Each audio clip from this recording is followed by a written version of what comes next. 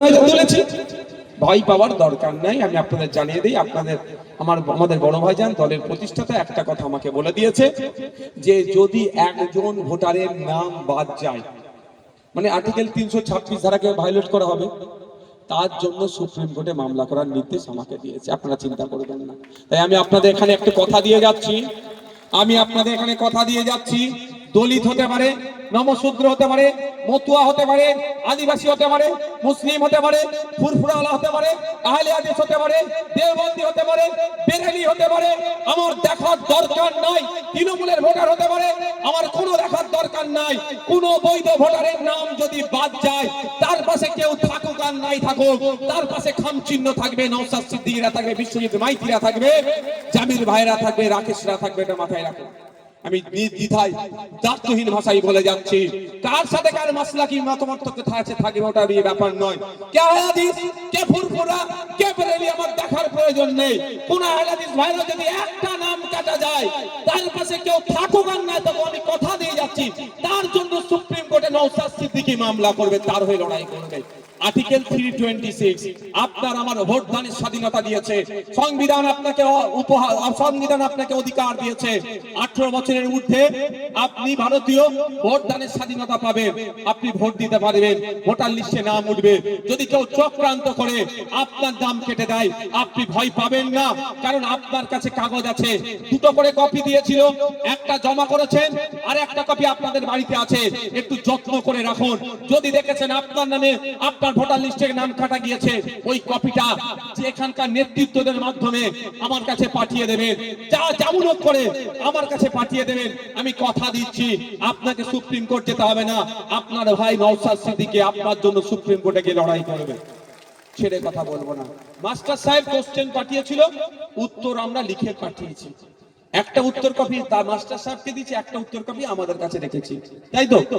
এবার মাস্টার সাহেব আমার উত্তর পত্রটাকে নিয়ে যদি কেটে দেয়, মাস্টার সাহেবকে জবাব দিতে হবে না?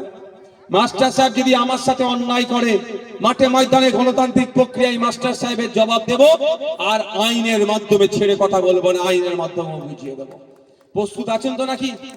যদি একটা ভোটারের নাম বাদ পড়ে, মাঠে ময়দানে আন্দোলন সংগ্রাম করবো, গণতান্ত্রিক প্রক্রিয়ায় সাথ দেবেন তো নাকি? সে যদি আহলে হাদিস হয়, বেরেলি হয়, ফুরফুরা হয়, ওই মতপার্থক্য আমরা রাখবো, কে কোথায় নামাজে হাত বাঁধবে সেই মুফতি মাওলানারা বিচার করবে। কি বলছি বুঝতে পেরেছেন? কে বুকে হাত বাঁধবে, কে নাভির নিচে হাত বাঁধবে, মুফতি মাওলানারা আছে। কে হরিচাঁদ ঠাকুরকে মানবে, কে ফুরফুরার পীর আবু বকরকে মানবে, কে আকরাম খান সাহেবকে মানবে, কে ইবনে তাইমিয়া সাহেবকে মানবে, কে আহমদ হাসান মাদানী সাহেবকে মানবে। যে যাকে মানবে সে মুফতি মাওলানা বুঝে নেবে।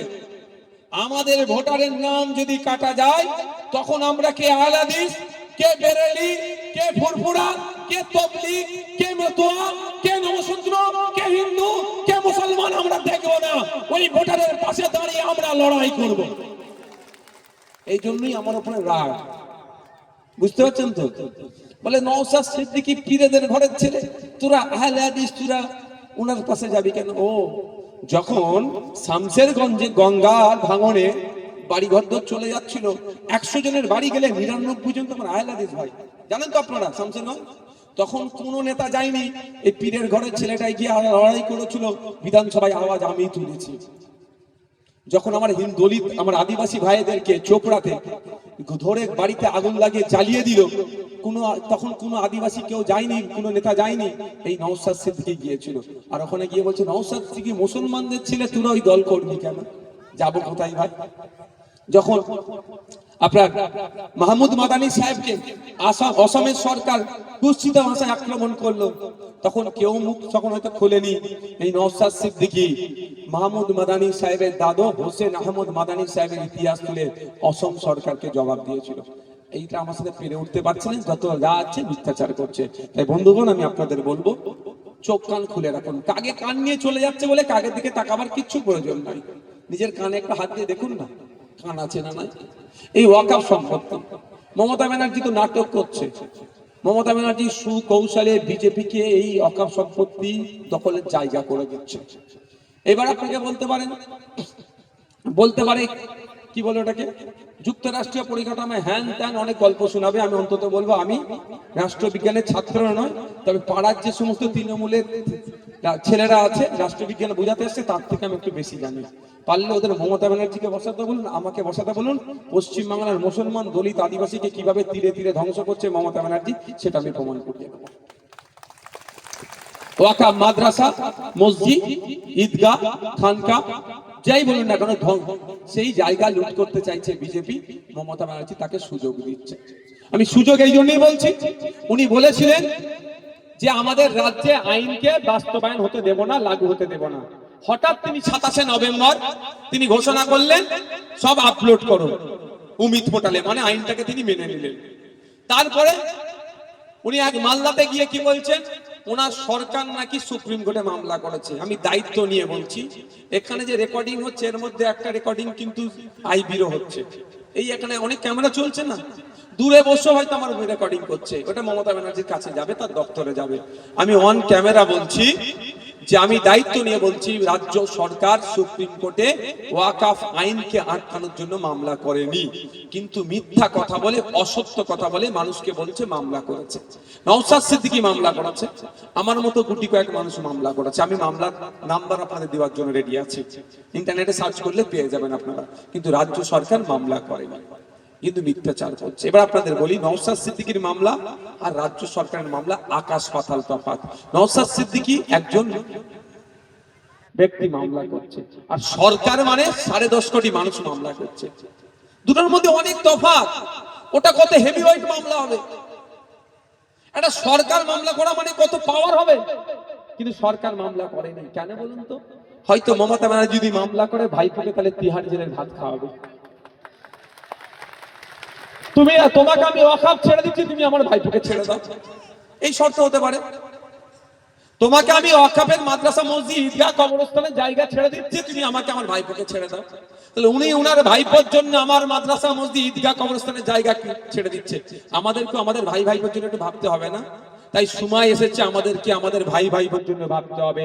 অন্যের ভাই ভাইপোর কথা এতদিন আমরা ভেবেছি, আমাদের কথা কেউ ভাবেনি। তাই এবার আমরা সময় এসেছে, 2026-এ নির্বাচন আসছে, আমরা আমাদের ভাই ভাইয়ের কথা বলবো।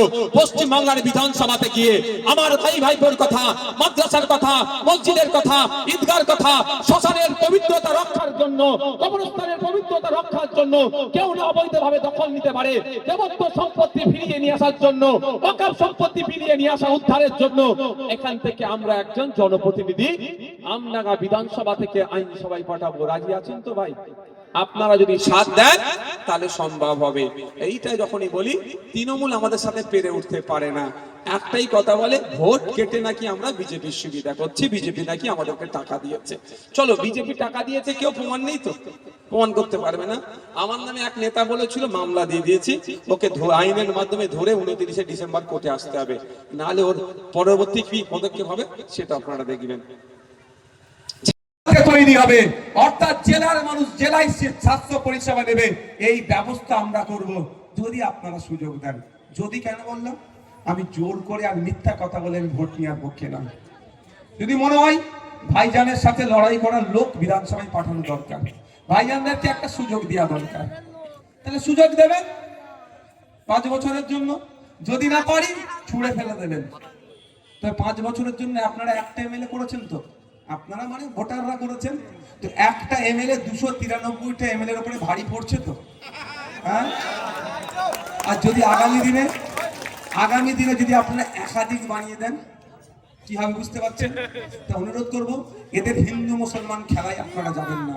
ও বেটারা হিন্দু মুসলমান খেলে পর্দার সামনে, আর পর্দার আড়ালে গিয়ে এক জায়গায় বসে চা খায়, আর আমাদেরকে লড়াই লাগাচ্ছ তোমরা না। অত কিছু বুঝি না। প্রাইমারি স্কুলে, হাই স্কুলে, কলেজে শিক্ষক চাই, কে দেবে বলো, তাকে আমরা ভোট দেবো। অত কিছু বুঝি না। আমি মহিলা, আমার স্বামীটা আমার কাজে বার হচ্ছে, সুরক্ষার দরকার, কে দেবে বলো, আমি তাকে ভোট দেবো। অত কিছু বোঝার দরকার নাই। আমি কৃষক, আমার উৎপাদিত ফসলের 3 গুণ দামের ব্যবস্থা করতে হবে স্বামীনাথন কমিশনের সুপারিশ অনুযায়ী, কে দেবে বলো, তাকে আমি ভোট দেবো। মাথায় থাকবে তো? একটা করে লাস্ট এসআইআর নিয়ে আপনারা কেউ বিভ্রান্ত হবেন না। আমি আপনাদের কথা দিয়ে যাচ্ছি, এই নেতৃত্বরা আছে, একজন বৈধ ভোটারের যদি নাম কাটা যায়, কথা বলি, এখানে আব্বাস ভাই আছে, নেতৃত্বরা আছে, এদেরকে দিয়ে আমার কাছে খবর পাঠাবেন যে ভাইজান আপনি মিথ্যা কথা বলেছেন। আমি কথা দিয়ে যাচ্ছি, দ্বিতীয়বারের জন্য পলাশি পাড়াতে এসে আমি রাজনৈতিক কোনো কথা বলবো না। আমি যেটা বলবো সঠিক বলবো, মিথ্যার আশ্রয় আমার প্রয়োজন নাই। আমার প্রশ্ন, আজকে আপনারা বাড়ি যাবেন, পলাশি পাড়ার বাপেরা মায়েরা যারা এখানে উপস্থিত হয়েছেন, মাইকের আওয়াজ যাচ্ছে,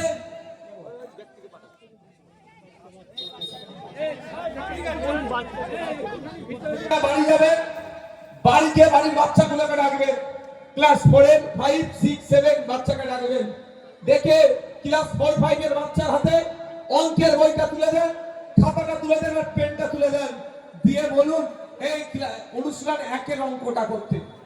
100 জন বাচ্চার মধ্যে দেখবেন 90 জন বাচ্চা ফেল করছে।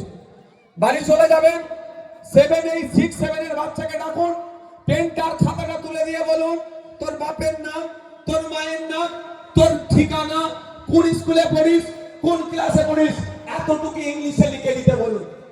দেখবেন 100টার মধ্যে 90টা আপনার আমার বাড়ির বাচ্চা ফেল করবে। মায়েদের বলবো, হেভি অংশে আজকে মায়েদের উপস্থিতি আছে, রাস্তায় অনেক মায়েরা দাঁড়িয়ে ছিল, সবাইকে আমি সম্মান দিয়ে বলছি 1000-1200 বড় কথা নয়, আমি তো বলি 5000 টাকার ব্যবস্থা মায়েদেরকে করতে হবে মাসে, তার পরিবর্তে রাজ্য কিছু কাজ বুঝে নেবে। কিন্তু আমার বক্তব্য এখানে আমি তালি দেওয়ার জন্য বলছি না, আমার বক্তব্য এখানে মমতা ব্যানার্জি যে হাতে আপনাকে 1000-1200 টাকা দিচ্ছে, ওই হাতেই আপনার বাচ্চাগুলোর ভবিষ্যৎ কিন্তু মমতা ব্যানার্জি ধ্বংস করছে। একটু মাথায় রাখুন, শিক্ষা যদি প্রপার না আপনার সন্তানগুলো পায়, আগামী দিনে কম্পিটিশনে দাঁড়াতে পারবে না, সমাজ থেকে বিচ্ছিন্ন হয়ে যাবে, সমাজ বিরোধী তৈরি করার চেষ্টা মমতা ব্যানার্জি আপনার হাতে 1000-1200 টাকা দিয়ে আপনার ছেলের হাত থেকে শিক্ষাকে কেড়ে নেওয়ার চেষ্টা করছে।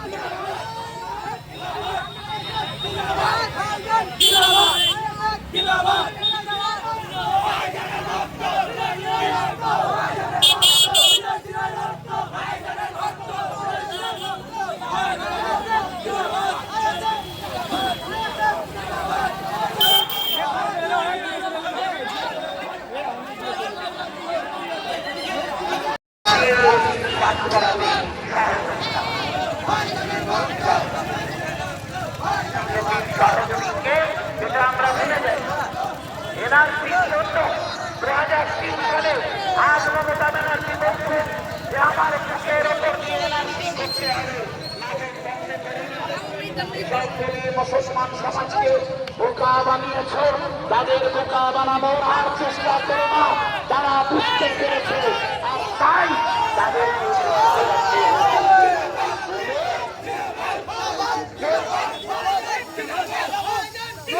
সাম্প্রতিককালে মমতা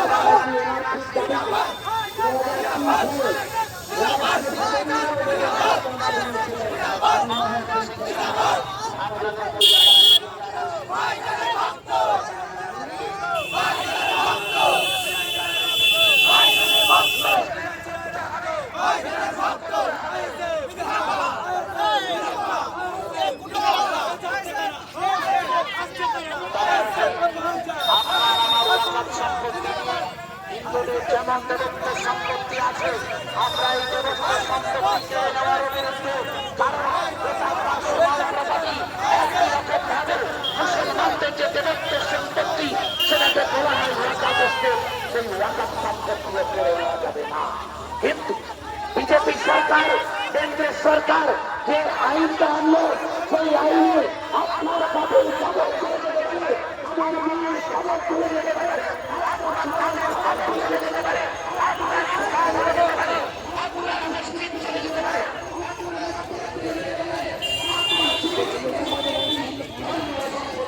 যেতে পারে। আর তখন আপনি যখন প্রতিবাদে আন্দোলন করছেন, তখন মমতা ব্যানার্জি কি বলছেন? মমতা ব্যানার্জি মুর্শিদাবাদে গিয়ে দুজন সাংসদকে বসিয়ে মমতা ব্যানার্জি বললেন যে ওয়াকাফ নিয়ে কোনো আন্দোলন করা যাবে না। মমতা ব্যানার্জি বললেন ওয়াকাফ নিয়ে গুলোগুলি করবে না। গুলোগুলি কে করছে? আন্দোলন তো নওশাদ সিদ্দিকী ছাড়া ওয়াকাফ নিয়ে আন্দোলন কেউ করেনি, কেউ করেনি। দায়িত্ব নিয়ে বলছি কেউ করেনি ওয়াকাফ নিয়ে আন্দোলন। তাহলে আইএসএফ করেছে কায়দার মধ্যে যে ওয়াকাফ নিয়ে কেউ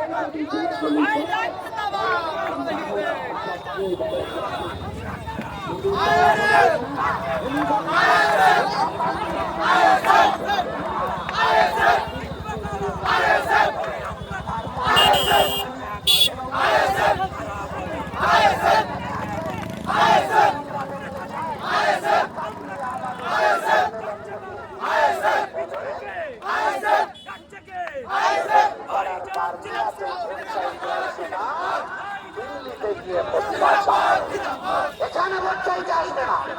পলাশীপাড়ার মানুষ তারা ওয়াকাফ নিয়ে আন্দোলন করেছে, তাই তারা গুলোগুলি করছে। তুমি বলছো যে দিল্লিতে গিয়ে আন্দোলন করো। আর তাই আমরা তোমাকে বলছি এই পলাশীপাড়াতে 2026 সালের বিধানসভায় ভোট চাইতে আসবে না, দিল্লি গিয়ে ভোট চাইবে। কি বলা যাবে তো নাকি? দিল্লি গিয়ে ভোট চাইতে পারবে না।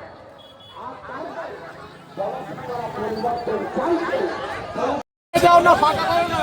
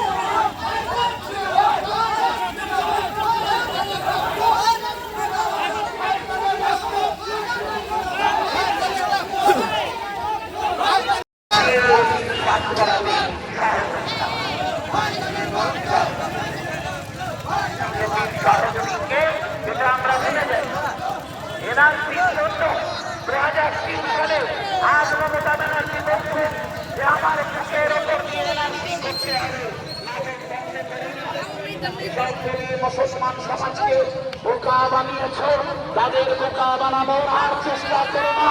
তারা বুঝতে পেরেছে, আর তাই তাদের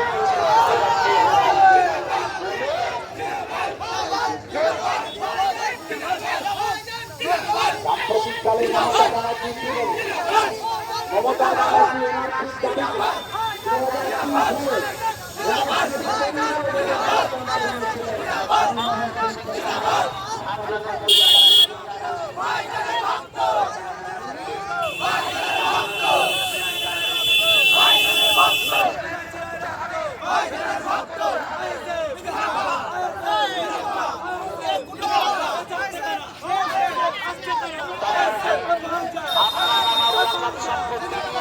হিন্দুদের যেমন দেবত্ব সম্পত্তি আছে, আমরা এই দেবত্ব সম্পত্তি কেড়ে নেওয়ার বিরুদ্ধে। কারণ মুসলমানদের যে দেবত্ব সম্পত্তি সেটাকে বলা হয় ওয়াকাফকে, সেই ওয়াকাফ সম্পত্তিও কেড়ে নেওয়া যাবে না। কিন্তু বিজেপি সরকার, কেন্দ্রের সরকার যে আইনটা আনলো, সেই আইনে আপনার বাবুর খবর করে দেবে, আমার মেয়ের খবর তুলে দেবে,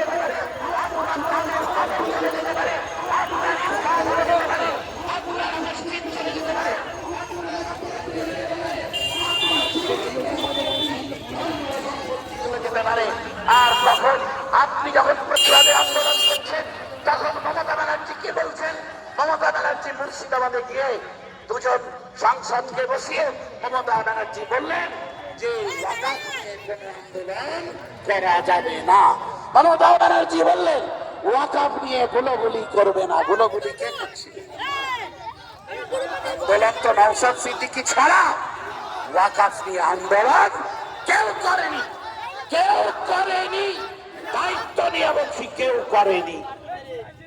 ওয়াকফ নিয়ে আন্দোলন তাহলে আইএসএফ করেছে, তাই তার মধ্যে যে ওয়াকফ নিয়ে কেউ যদি ছেলেগুলি করে,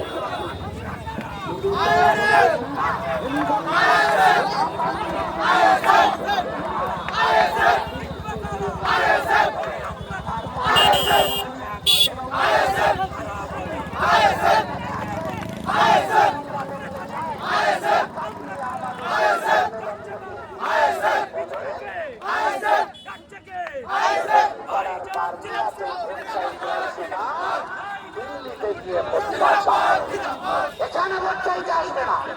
পলাশীপাড়ার মানুষ তারা ওয়াকফ নিয়ে আন্দোলন করেছে, তাই তারা গুলোগুলি করছে। তুমি বলছো যে দিল্লিতে গিয়ে আন্দোলন করো, আর তাই আমরা তোমাকে বলছি এই পলাশীপাড়াতে 2026 সালের বিধানসভায় ভোট চাইতে আসবে না, দিল্লি গিয়ে ভোট চাইবে। কি বলা যাবে তো নাকি? দিল্লি গিয়ে ভোট চাইতে পারবে না? পরিবর্তন চাইছে। ইনকলাব জিন্দাবাদ, আইএসএফ জিন্দাবাদ, আইএসএফ জিন্দাবাদ, বিধান সমিতি জিন্দাবাদ, বিধান সমিতি জিন্দাবাদ, বিধান সমিতি স্বাগতম, বিধান সমিতি স্বাগতম, ইনকলাব ইনকলাব ইনকলাব জিন্দাবাদ, আইএসএফ আইএসএফ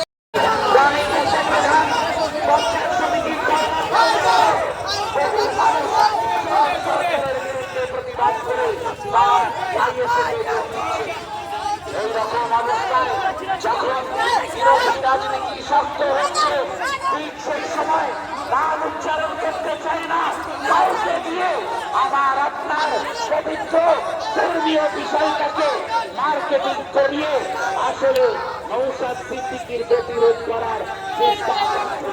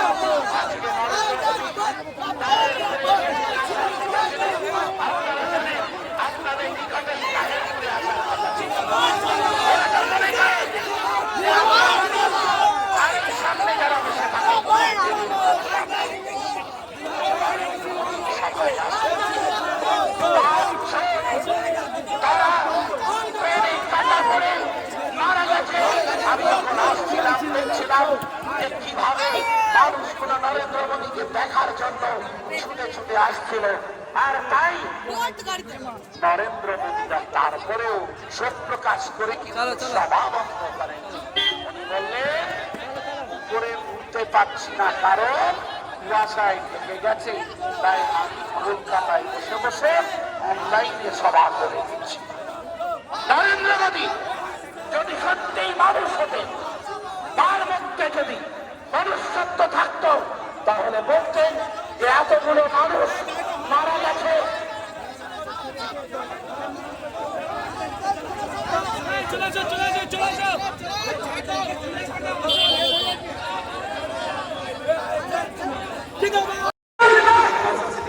নেতৃত্বে বাংলা বাঁচানোর লড়াই চলছে,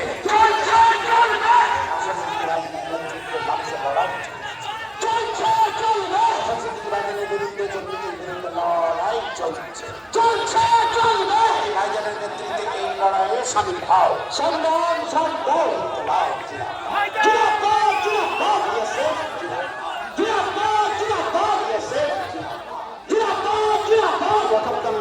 দাবিতে নেতৃত্বে আন্দোলন চলছে।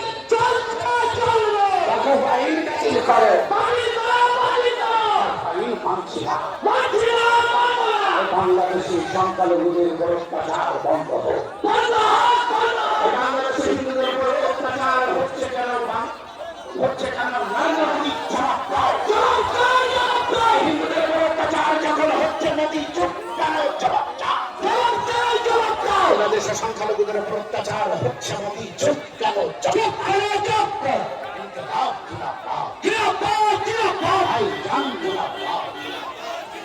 ভাইজান জিন্দাবাদ, ভাইজান জিন্দাবাদ, ইনকলাব জিন্দাবাদ।